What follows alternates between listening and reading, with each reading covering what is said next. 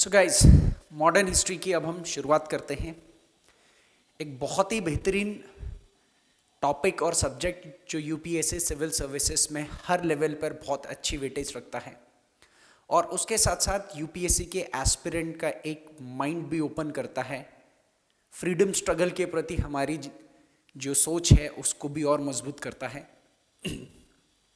तो ये जो मॉडर्न हिस्ट्री का कोर्स है, सबसे पहले तो हमको ये जानना ज़रूरी है कि मॉडर्न हिस्ट्री का कोर्स हमने किस तरीके से बिल्ड करना है। एक बेसिक आर्किटेक्चर क्या होना चाहिए जिसके दायरे में रह करके हमको मॉडर्न हिस्ट्री बिल्ड करना है, जिसमें हमारे कॉन्सेप्ट्स भी क्लियर हो जाएं, हमारे फैक्ट्स भी क्लियर हो जाएं और हम बहुत अच्छे से सिचुएशंस को रिलेट भी कर पाएँ और फिर उसका एफिशिएंट यूटिलाइज कर पाएँ प्रिलिमिनरी के क्वेश्चन सॉल्व करने में, मेंस में आंसर राइटिंग स्किल्स में, और उसके साथ साथ इंटरव्यू में भी हम बहुत अच्छे से मॉडर्न हिस्ट्री के जो कोर्स कंटेंट है उसको यूटिलाइज कर पाएँ। तो किस तरीके से हमने मॉडर्न हिस्ट्री को पढ़ना है उसको समझते हैं। तो देखिए, जब भी हम मॉडर्न हिस्ट्री का कोर्स बिल्ड करते हैं तो कभी भी एक क्रोनोलॉजी में हिस्ट्री को हम ना पढ़ें, क्योंकि बहुत सारे इवेंट्स पैरेलली चल रहे होते हैं तो हम कॉन्सेप्ट्स बिल्ड नहीं कर पाते हैं। डेट्स को या फिर इवेंट्स को लिंक करना बहुत मुश्किल हो जाता है। आइडियोलॉजीज़ को और कॉजेस, क्यों हो रहा था, किस लिए हो रहा था, क्या फ़र्क पड़ा, इम्पैक्ट क्या था, इन चीज़ों में बहुत दिक्कतें आती हैं। तो ये जो मॉडर्न हिस्ट्री का कोर्स है बेसिकली ये दो पार्ट्स में डिवाइडेड है गाइस। पहला पार्ट है ब्रिटिश कॉन्क्वेस्ट। ब्रिटिश कॉन्क्वेस्ट वो हमारा दौर रहेगा जिसमें हम पढ़ेंगे कि किस तरीके से ब्रिटिशर्स 1608 में इंडिया में आकर के एक ट्रेडिंग कंपनी से इंडिया की टेरिटोरियल एक्सपेंशन और कंसोलिडेशन की तरफ मूव करते हैं। कैसे वो यहाँ के राजा महाराजाओं के साथ डील करते हैं, यहाँ के टेरिटरीज को एक्वायर करते हैं, अपना व्यापार भी जमाते हैं और इस पर रूल भी करते हैं, और उसमें किस तरीके से उनको स्ट्रगल करना पड़ता है। फिर उसके बाद जो हमारा सेकंड पार्ट होता है हिस्ट्री का, ये है फ्रीडम स्ट्रगल। तो freedom movements, freedom struggle, Indian freedom movements के अंदर हम लोग पढ़ेंगे कि हम किस तरीके से ब्रिटिशर्स के कॉलोनियल रूल को यहाँ से खदेड़ फेंकेंगे। वो कौन से आइडियोलॉजीज हैं, वो कौन से विचारक हैं, कौन कौन से इवेंट्स हैं, वो सब इसके अंदर देखने को मिलेगा। तो जैसा कि मैंने कहा कि जो हमारा पार्ट 1 होगा इसमें हम बेसिकली ब्रिटिशर्स की कॉन्क्वेस्ट में दो तरीके से पढ़ेंगे, जिसमें सबसे पहले एडवेंट ऑफ यूरोपियंस हो गया। यूरोपीय इंडिया में क्यों आते हैं, और आते तो पहले से भी थे लेकिन ये नई सी रूट डिस्कवरी जब होती है तो उसके बाद दिलचस्पी और क्यों बढ़ जाती है, यहाँ कौन कौन से यूरोपियंस आए थे, और जो सबसे बड़ा स्ट्रगल होगा वो ब्रिटिश ईस्ट इंडिया कंपनी और फ्रेंच ईस्ट इंडिया कंपनी के बीच में होगा, जो एंग्लो कर्नाटिक युद्ध से ब्रिटिशर्स की जीत हो जाएगी। तो पहले किस तरीके से अंग्रेज यूरोपियों को यहाँ से निस्ते नाबूद करते हैं, कंट्रोल करते हैं, ये सारी कहानी पढ़नी है। और उसके बाद British conquest of the Indian princely states. बड़े बड़े मिडिवल हिस्ट्री के मुगल एम्पायर, विजयनगर एम्पायर जैसे साम्राज्य नॉर्थ और साउथ इंडिया में कोलैप्स हो जाएंगे और बहुत छोटी छोटी प्रिंसली स्टेट्स बनेंगी। टुकड़े टुकड़ों में इंडिया के राजा उभर जाएंगे और लगभग 1.5 से 2,000 से ज़्यादा प्रिंसली स्टेट्स डेवलप हो जाएंगे। इतने सारे राजा महाराजाओं को ब्रिटिशर्स किस तरीके से अपने सबॉर्डिनेट करेंगे, अपने अंडर करेंगे, उनका साम्राज्य छीन लेंगे, उनके टेरिटरीज छीन लेंगे, क्या युद्ध होंगे, क्या पॉलिसीज होंगी। और उन 2,000 से ज़्यादा साम्राज्यों में 4 सबसे इंपॉर्टेंट साम्राज्य होंगे उस समय के, बंगाल, मैसूर, मराठा और सिख। ये कैसे कैप्चर करेंगे जहाँ से इंडिया में रूल करने का इनका जो गेटवे है वो एकदम क्लियर हो जाएगा। इसी बीच में हम कुछ डॉक्ट्रिन्स पढ़ेंगे कि क्या वो डॉक्ट्रिन या क्या वो सिद्धांत हैं, क्या वो पॉलिसीज़ हैं, क्या वो स्ट्रैटेजीज़ हैं जो इन लोगों ने सबसे पहले इस फेज 1 में यूरोपियंस को कंट्रोल करने में या फिर यहाँ के प्रिंसली स्टेट्स को कंट्रोल करने में, सब्जुगेट करने में लगाए थे, जिसमें हम लोग सबसे पहले सब्सिडरी अलायंस के बारे में पढ़ेंगे और उसके बाद डॉक्ट्रिन ऑफ लैप्स के बारे में पढ़ेंगे। इसके अलावा भी और कुछ लिंक्ड पॉलिसीज़ रहेंगी जिनको डेप्थ में गहनता से अध्ययन करेंगे।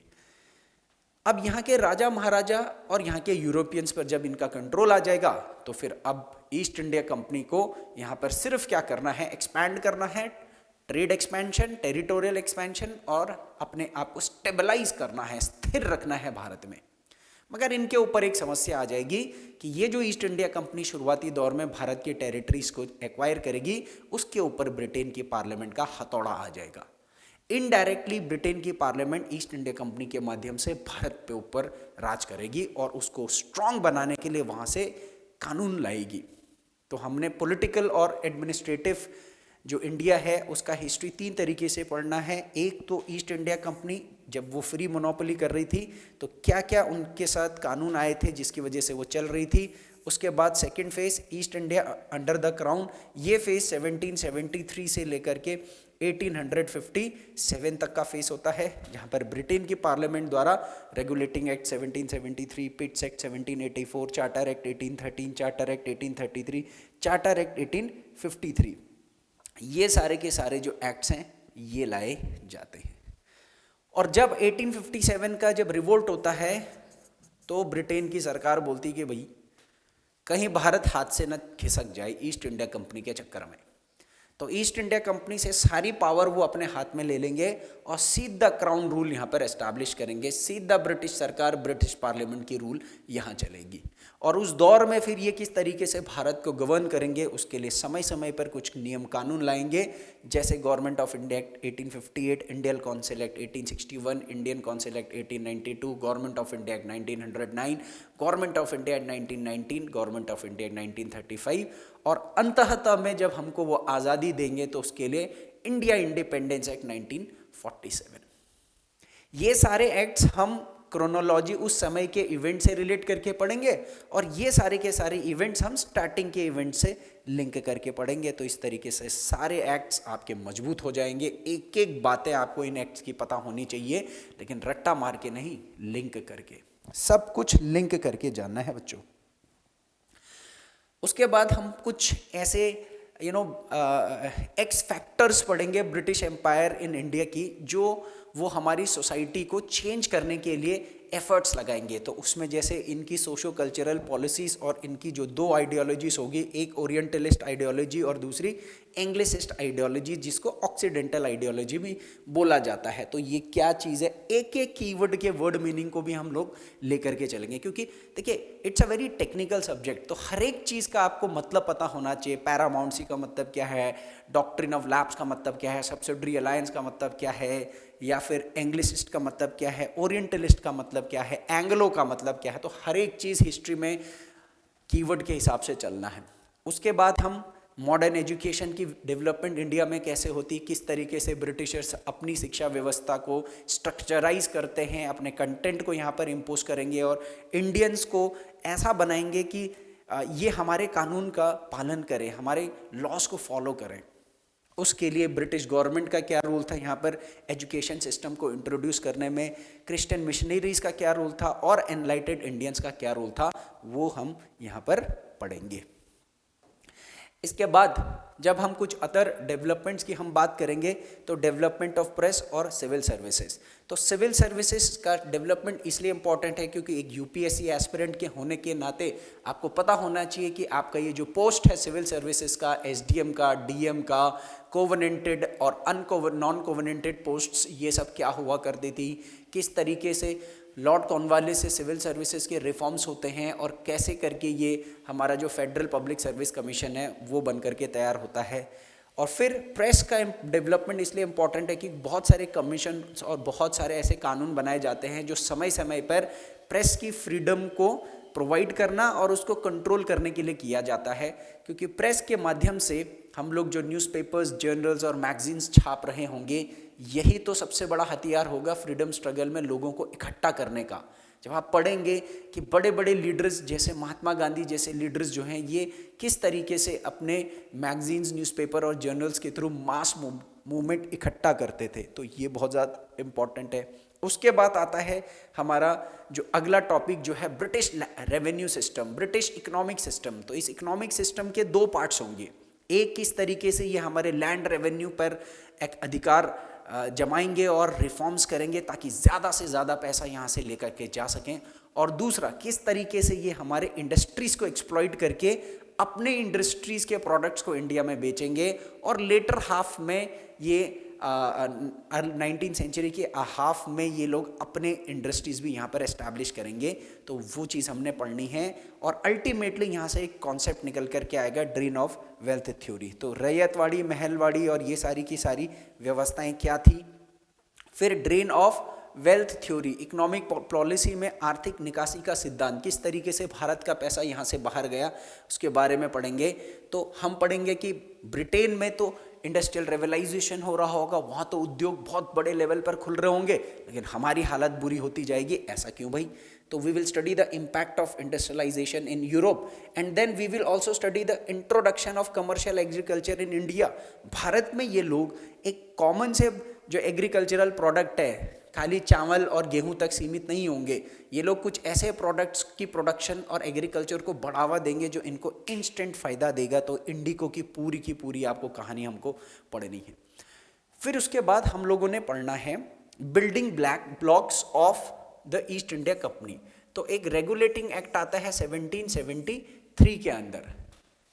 उसके बाद यहाँ पर जो ब्रिटिश ईस्ट इंडिया कंपनी का जो सबसे बड़ा अधिकारी होता है, उस व्यक्ति की जो फंक्शनिंग है वो बहुत ज़्यादा इंपॉर्टेंट होती है, क्योंकि वो आदमी ज़मीन पर बहुत सारी चीज़ों को, पॉलिसीज़ को इम्प्लीमेंट कर रहा होता है। उसकी लीडरशिप कॉलोनियल एम्पायर और एक्सपेंशन के लिए बहुत मायने रखती है। तो इन कैरेक्टर्स को हम लोगों ने बहुत अच्छे से स्टडी करना है।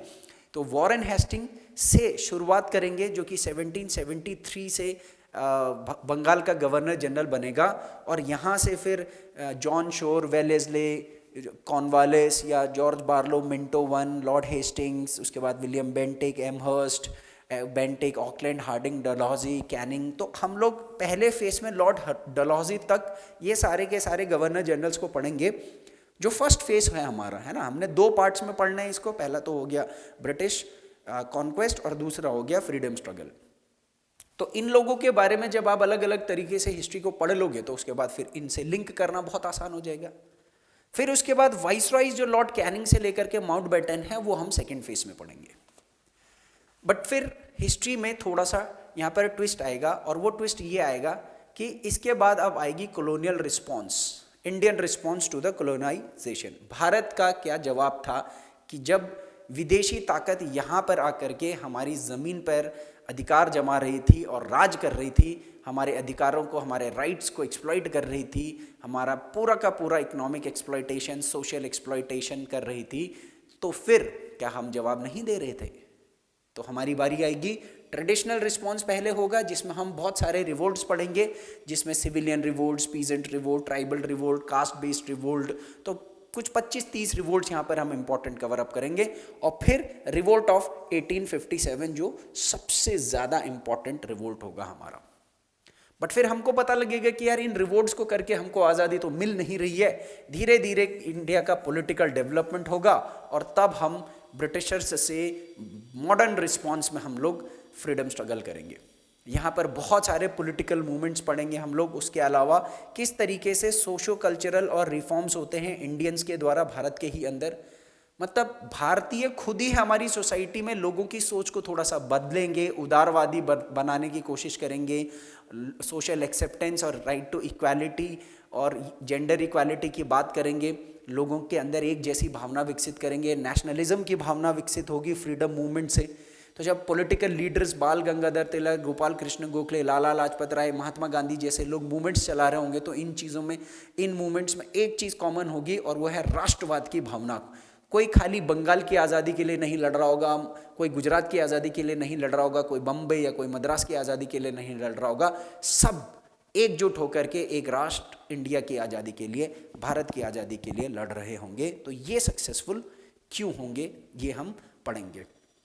तो पार्स कोर्स का जो पार्ट 2 है, पहला पार्ट तो जैसे कि मैंने बोला ब्रिटिश कॉन्क्वेस्ट है, सेकेंड पार्ट हमारा जो फ्रीडम मूवमेंट होगा, इसके अंदर किस तरीके से भारत में नेशनलिज्म यानी कि राष्ट्रवाद की भावना विकसित होती है, ये हमको पढ़ना है। और इसकी शुरुआत होगी मोटे मोटे तौर पर कांग्रेस की फॉर्मेशन से, और कांग्रेस के अंदर अलग अलग तरीके के लीडर्स के बारे में हम पढ़ेंगे। कौन थे मॉडरेट्स, कैसे कांग्रेस फॉर्म हुआ था, मॉडरेट लीडर्स कौन थे, पार्टीशन ऑफ बंगाल और सूरत स्प्लिट जैसे मूवमेंट्स, फिर कौन थे एक्सट्रीमिस्ट लीडर, यहाँ पर आप बाल पाल और लाल बाल पाल और घोष की फ़ोटो देख रहे होंगे, यहाँ पर हमारे दादा भाई नारोजी हैं और गोखले जी हैं। इन सब लोगों के बारे में हमने रेलेवेंट हिस्ट्री साथ साथ में बिल्ड करना है।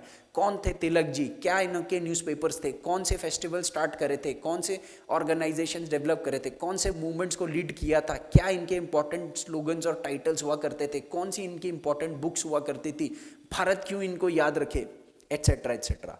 तो यहाँ पर हम आइडियोलॉजिकल डिफरेंसेस के बारे में जानेंगे, मॉडरेट और एक्सट्रीमिस्ट के बीच में सूरत स्प्लिट की कहानी देखेंगे, मुस्लिम लीग कैसे फॉर्म होता है 1906 में, और 1916 का लखनऊ पैक्ट। तो एक मॉडरेट फेस होगा कांग्रेस का, एक एक्सट्रीमिस्ट फेस होगा, जो हम डेप्थ में पढ़ेंगे, लिंक करेंगे एक एक इवेंट के साथ। फिर हिस्ट्री में एक पोर्शन हमारा रेवोल्यूशनरी मूवमेंट्स का आता है, क्रांतिकारी आंदोलन या क्रांतिकारी आतंकवाद का दौर, क्योंकि कई हिस्टोरियंस ने इसको रेवोल्यूशनरी टेररिज्म बोला है। यानी कि भारत की आज़ादी में पॉलिटिकल लीडर्स पीसफुल मूवमेंट्स जब चला रहे होंगे, तो जब उनमें सक्सेस हासिल नहीं हो रही होगी तो कुछ यूथ हथियार उठा करके अंग्रेज़ों का विद्रोह करेंगे, विरोध करेंगे, घात करेंगे।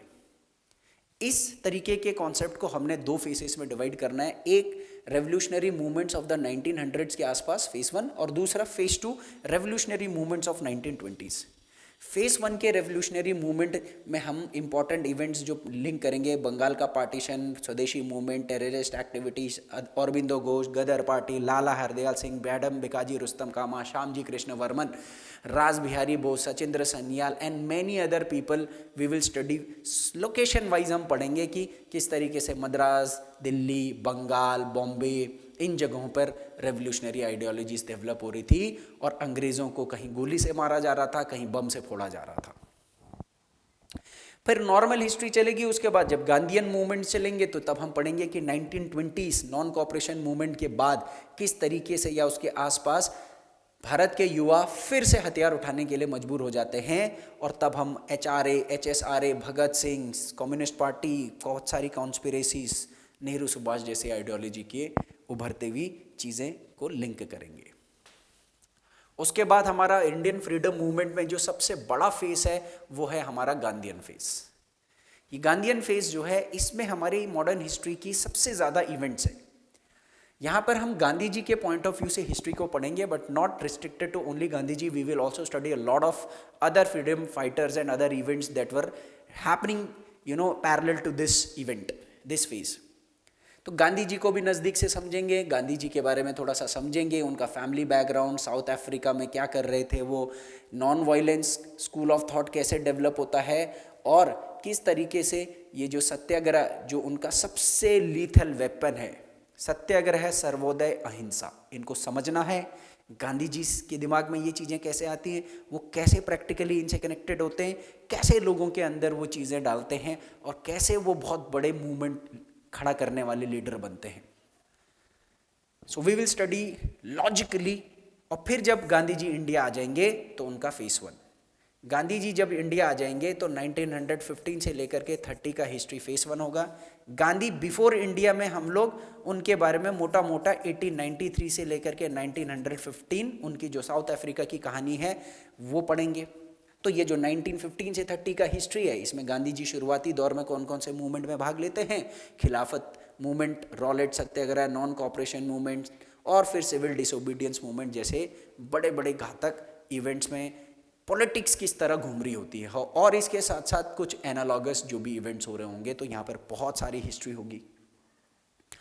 फिर उसके बाद हम गांधी जी के फेज 2 को पढ़ेंगे, जो कि 1930 से लेकर के 1948 तक का हमारा हिस्ट्री होगा, जिसमें राउंड टेबल कॉन्फ्रेंसेस चल रही होंगी, सिविल डिसोबीडियंस मूवमेंट स्टार्ट होगा, क्विट इंडिया मूवमेंट चल रहा होगा, वर्ल्ड वॉर 2 चल रहा होगा, इंडियन नेशनल आर्मी की वहाँ पर स्थापना हो रही होगी, और वर्ल्ड वॉर 2 के साथ साथ वो भी यहाँ पर मार्च कर रहे होंगे। फिर पार्टीशन की कहानी कैसे डेवलप होती है, और अंततः हम फ्रीडम की तरफ कैसे मूव करते हैं। So there will be a series of events here. इस गांधीयन मूवमेंट में हमने ज़्यादातर इवेंट्स को हेड और टेल करके पकड़ना है, क्योंकि अगर आप इंडिविजुअली इवेंट्स पढ़ेंगे तो हम लिंक नहीं कर पाएंगे क्रोनोलॉजी को। तो कॉन्सेप्ट बिल्ड करेंगे कि भाई क्यों राउंड टेबल कॉन्फ्रेंस हो रहा है, क्यों गांधी इरविन पैक्ट हो रहा है, तो क्यों पूना पैक्ट हो रहा है। तो ये सारे इवेंट्स लिंक्ड हैं। तो हेड टेल करके एक एक चीज़ को क्रोनोलॉजी से लिंक करेंगे तो हमारे दिमाग में एक स्टोरी भी फॉर्म होगी और ऊपर से हमारे अंदर एक कॉन्सेप्ट बनेगा हिस्ट्री का। तो ये सारी की सारी चीज़ें हमने पढ़ना है। और मोटे मोटे तौर पर अगर मैं देखूं तो जब हमने ये कोर्स करना है तो ओवरऑल हमको क्या क्या चीज़ें बिल्ड करनी है वो आप यहाँ पर देखिए कि सर जितने भी इम्पोर्टेंट ब्रिटिश ऑफिसर्स और ब्रिटिश पर्सनालिटीज़ थी जो यहाँ पर उनके रूल को डेवलप कर रही थी, उनके रूल को स्टेबलाइज कर रही थी और उनके रूल को बिगाड़ भी रही थी, तो वो सारे के सारे chronology of all governor generals including from Robert Clive से लेकर के माउंटबेटन तक 35-36 लोग होते हैं, ये सबके बारे में जानना है। फिर उसके बाद इनके अलावा जो अदर ब्रिटिशर्स हैं जैसे कुछ secretary of state, board of president या वहाँ के पीएम या वहाँ के क्राउन, उनके बारे में भी कुछ कुछ जानना है। और भैया देखो क्योंकि इतिहास भारतीयों का है तो इंडिया के तो सारे इंपॉर्टेंट लीडर्स जो मायने रखते हैं उनके बारे में हमने हिस्ट्री को अच्छे से डेवलप करना है। They are the inspiration, they are the motivation for us. Without them we are like nothing today because we are enjoying this freedom of India because of those freedom fighters and leaders.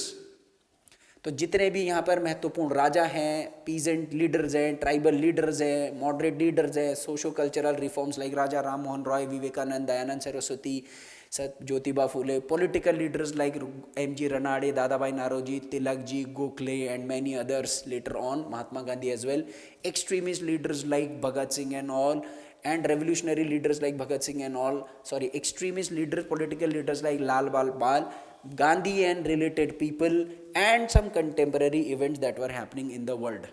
Bharat के इतिहास को प्रभावित करने वाले और समकालीन विश्व की और क्या घटनाएं थी, जैसे वर्ल्ड वॉर्स बहुत मायने रखेंगे। इम्पॉर्टेंट डेट्स याद रखनी है, कांग्रेस लीग के कुछ इम्पॉर्टेंट सेशंस जहां से बहुत बड़े बड़े लैंडमार्क पॉलिटिकल रिफॉर्म्स सोसाइटी में देखने को मिले होंगे, यहाँ के कुछ बड़े बड़े रेवोल्यूशंस, रिफॉर्म्स और ideologies. We don't have to study modern history for the sake of just remembering the date and the name of the event and the leader. Sir हमको वैचारिक स्तर पर आधुनिक भारत के इतिहास को अपने अंदर विकसित करना है, इस सब्जेक्ट से इमोशनली कनेक्ट होना है। अगर आप इमोशनली कनेक्ट होगे तभी आपके अंदर ज़ील और जिस्ट पैदा होगी, और जब आप ज़ील और जिस्ट के साथ जिस चीज़ को जानोगे, यूपीएससी के लिए पढ़ना नहीं पड़ेगा सर, अपने आप आपका पेपर निकल जाएगा। Newspapers, text, literature, journals, magazines, जो कुछ फ्रीडम स्ट्रगल के लिए लिखा गया है, उनके नाम, वो क्यों क्या छपता था, उनके अंदर कौन उनके इम्पोर्टेंट पब्लिशर होते थे, कहाँ से छपता था, कब छपा था, कौन सी भाषा में, और उसके अलावा ये चीज़ें आप अपने एंड पे कर सकते हैं कि सारे प्रीवियस ईयर क्वेश्चंस चाहे फैक्चुअल हो या कॉन्सेप्चुअल, प्री के हों या मेंस के हों या इंटरव्यू में पूछे हों, सब खंगालो। एमसीक्यूज करो जितने ज़्यादा हो सकते हैं, प्रैक्टिस पेपर्स करो जितने ज़्यादा हो सकते हैं, और बुक्स अगर आपको पढ़नी है तो बिपिन चंद्रा है, मेंस के लिए इंपॉर्टेंट है। एनसीईआरटी 6 to 12 में से क्लास 8 और class 12 for modern history, this is very important. और उसके अलावा आप इग्नू के नोट्स पढ़ सकते हैं, लेकिन सर धैर्य रखिएगा क्योंकि बड़ा कोर्स जब होता है, बल्कि कोर्स जब होता है तो उसको स्ट्रक्चराइज करना बहुत मुश्किल होता है, और उसको आज के डेट में कंटेंट बहुत है, पढ़ाई हर कोई कर रहा है, लेकिन यूटिलाइज कौन कितना कर पा रहा है। तो हमने ऐसा कोर्स पढ़ना है, इस तरीके से कोर्स पढ़ना है कि हम उसको यूटिलाइज कर पाए। तो पेशेंस रखिए और इंटरेस्ट जनरेट कीजिए कि क्या हुआ, क्यों हुआ, कब हुआ, कैसे हुआ, ऐसे होता तो क्या होता, ऐसे नहीं होता तो क्या होता, ये करना किया तो क्या हुआ, वो किया तो क्या हुआ, ऐसी चीज़ें आप अपने माइंड में डेवलप करें। So this is the modern history course that we are going to study. और इसके बाद हमारा चैप्टर 1 एडवेंट ऑफ यूरोपियंस से हम लोग कहानी स्टार्ट करेंगे। पार्ट 1 ब्रिटिश कॉन्क्वेस्ट, जिसमें एडवेंट ऑफ यूरोपियंस, यहाँ से लॉजिक हमारा स्टार्टअप हो जाएगा।